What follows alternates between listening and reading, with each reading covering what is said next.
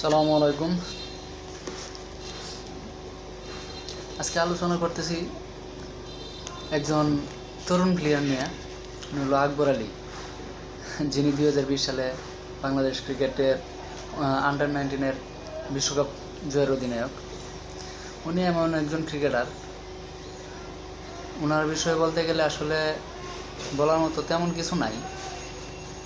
ওনার বিষয়ে তেমন বলার মতো কিছু নাই। উনি একদম সাদামাটা নর্মাল ক্রিকেটার। ওনার তেমন কোনো অ্যাচিভমেন্ট নাই, জাতীয় দলে কোনো চান্স পায় নাই। একটা সিরিজে হয়তো বা ডাক পাইছিল, কিন্তু ব্যাট করার মতো সুযোগ পায় নাই।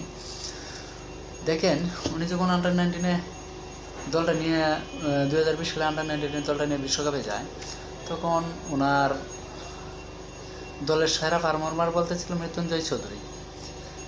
আনফর্চুনেটলি মৃত্যুঞ্জয় চৌধুরী ইনজুর্ড হয়ে যায়, টুর্নামেন্ট থেকে ছিটকে যায়। কিন্তু যে দলটা ছিল, এই দলের সদস্য ছিল তাওহিদ হৃদয়, ছিল শামীম হোসেন পাটোয়ারি, আরও অনেকেই ছিল, আকবর আলী সহ আরও অনেকেই ছিল।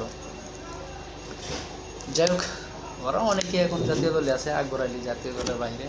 কিন্তু আকবর আলীর কথা যদি বলতে চাই, তাহলে একটু বলতে হবে অন্যভাবে আমাকে। দেখেন, গত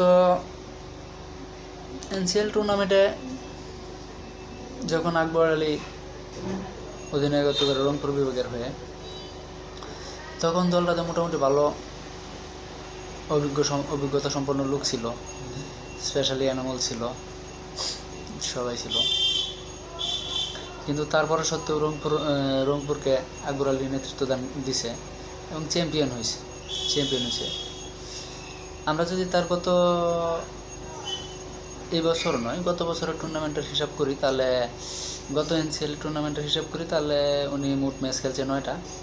এর ভিতরে টোটাল রান করছে 208 রান, সর্বোচ্চ 68 রান, আর গড় ছিল 34 রান, 34 উপরে একটু ছিল।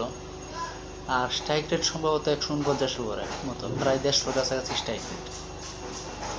এটা হলো টি-20তে হিসাব, যেহেতু আকবর আলী এখনও ওয়ানডেতে তেমন একটা পারফরমেন্স দেখাই নাই। আর তাছাড়া আমাদের যে ক্যাপ্টেনের সংকট, এই ক্যাপ্টেনের সংকটটাও প্রকট দেখা দিছে। আশা করা যায় আকবর আলী ভবিষ্যতের ক্যাপ্টেন। তাছাড়া এইবারে যদি আমি আলোচনা করি একটু, এইবারের টুর্নামেন্টে এনসিএলে যে ম্যাচ খেলছে, টোটাল ম্যাচ খেলছে সম্ভবত আনুমানিক 9টা ম্যাচের মধ্যে আকবর আলী ব্যাট করছে 8টা ম্যাচে,